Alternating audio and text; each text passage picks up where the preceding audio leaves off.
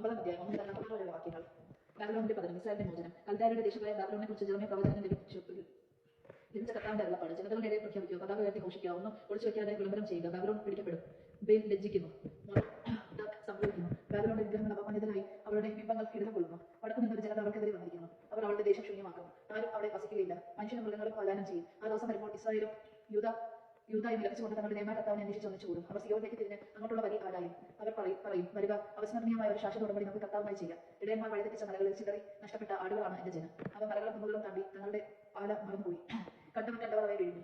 അവയുടെ ശത്രുക്കൾ പറഞ്ഞു, തങ്ങളുടെ പിതാക്കന്മാരുടെ യഥാർത്ഥമായ അഭയവും പ്രത്യാശയുമായ കർത്താവിനെതിരെ അവർ പാപം ചെയ്തു. അതിനാൽ ഞങ്ങൾക്ക് കുറ്റമില്ല. ബാബിലോണിൽ നിന്ന് ഓടിപ്പോകുവിൻ. ആട്ടിൻപറ്റത്തിന്റെ മുൻപിൽ മുട്ടാടുകൾ എന്ന പോലെ കൽദായരുടെ ദേശത്ത് നിന്ന് പലായനം ചെയ്തു.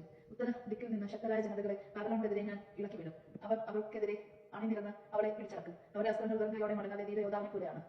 കൽദായ ദേശം കൊള്ളയടിക്കപ്പെടും. അവളെ കവർച്ച ചെയ്യുന്നവർക്ക് തൃപ്തിയാവോളം ലഭിക്കും. എന്റെ അവകാശമായ ജനതയെ കൊള്ളയടിച്ചവരെ നിങ്ങൾ സന്തോഷിക്കുകയും വിജയപേരി മുഴക്കുകയും ചെയ്യുന്നുവെങ്കിലും നിങ്ങൾ കൂത്താടി നടത്തുന്ന പശുപിതാവിനെ പോലെയും കേശരവും മുഴക്കുന്ന കുതിരകളെ പോലെയും ആണെങ്കിലും നിങ്ങളുടെ മാതാവ് അത്യധികം ലജ്ജിതയാകും. നിങ്ങളെ പ്രസവിച്ചവർക്ക് അപകീർത്തി ഉണ്ടാകും. അവൾ ജനതകളിൽ ഏറ്റവും താഴ്ന്നവൾ ആകും. അവൾ തുടങ്ങി വരേണ്ട മരുഭൂമിയായിരിക്കും. കർത്താവിന്റെ ക്രോധം നിബന്ധിച്ചതിനാൽ അവിടെ ആരും വസിക്കുകയില്ല. അത് തീർത്തും ശൂന്യമാകും. ബാബിലോണിൽ കടന്നു പോകുന്നവർ ഭയപ്പെടും. അവൾ ഏറ്റവും മുറവുകൾ കണ്ട് പരിഹസിക്കും. വീട് വിലക്കുന്ന നിങ്ങൾ ബാബിലോണിനെതിരെ അണിനിരക്കുവിൻ. അവസാനത്തെ അസ്ത്രവും അവളുടെ നേരെ എയ്യുവിൻ. അവൾ കർത്താവിനെതിരെ പാപം ചെയ്തിരിക്കുന്നു. അവൾക്ക് ചുറ്റും നിന്ന് അട്ടഹസിക്കും. അവൾ കീഴടങ്ങി. അവളുടെ കോട്ടകൾ വീണു, മതിലുകൾ തകർന്നു. ഇത് കർത്താവിന്റെ പ്രതികാരമാണ്. അവളോട് പ്രതികാരം ചെയ്യുവിൻ. അവൾ ചെയ്തതുപോലെ അവളോട് ചെയ്യുവിൻ. വിതയ്ക്കുന്നവനെയും കൊയ്യുന്നവനെയും ബാബിലോണിൽ നിന്ന് ഛേദിക്കുവിൻ. മത്തലിന്റെ വാൾ നിമിത്തം ഓരോരുത്തരും ജനങ്ങളിലേക്കും സ്വദേശത്തിലേക്കും തിരിയും.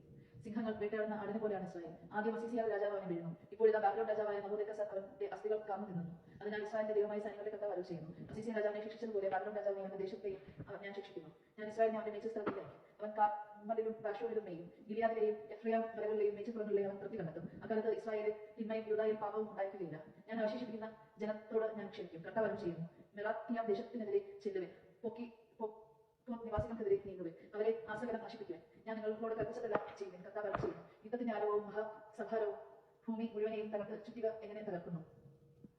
ജനതകളുടെ ഇടയിൽ ബാബിലോൺ എത്ര സംഭവമായിരിക്കുന്നു. ബാബിലോണിലെ നിനക്ക് ഞാൻ കീഴ്വച്ചു, നീ അത് വീണു, അത് നീ അറിഞ്ഞില്ല. കർത്താവിനെതിരെ മത്സരിച്ചതിനാൽ നീ പിടിക്കപ്പെട്ടു. കർത്താവ് ആയുധത്തോടെ തുറന്ന ക്രോധത്തിന്റെ ആയുധങ്ങൾ പുറത്തെടുത്തു. സൈന്യങ്ങളുടെ ദൈവമായ കർത്താവിനെ കൽദായരുടെ നാട്ടിൽ ഒരു കർമ്മം അനുഷ്ഠിക്കാനുണ്ട്. ദിക്കിൽ നിന്ന് അവൾക്കെതിരെ വന്ന് അവളുടെ അലപ്പുറകൾ തുറക്കുവിൻ. അവളെ നിശേഷം നശിപ്പിച്ച് ധാന്യ കുമ്പാരം പോലെ കൂട്ടുവിൻ.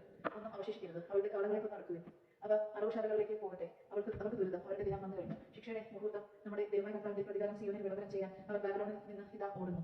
ബാബിലോണിനെതിരെ വില്ലാളികളെ വിളിച്ചുകൂട്ടി ചുറ്റും താവളം മടിക്കുവിൻ. ആരും രക്ഷപ്പെടരുത്.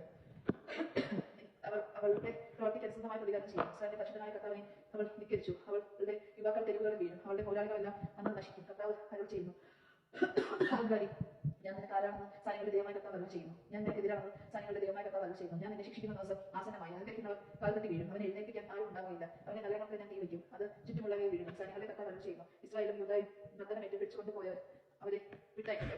കടന്നു വെച്ച് അവരുടെ വിമോചകൻ ശക്തനാണ്.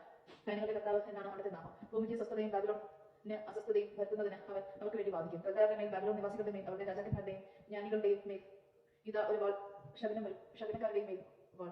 അവർ വിഡ്ഢികളാകും. യോദ്ധാക്കളുടെ മേൽ വാൾ. അവർ നിർമൂലമാകും. അവളുടെ കുതിരകളുടെയും രഥങ്ങളുടെയും മേൽ വാൾ. അവളുടെ ഇടയിലെ വിദേശ സൈന്യത്തിന്റെ മേൽ വാൾ.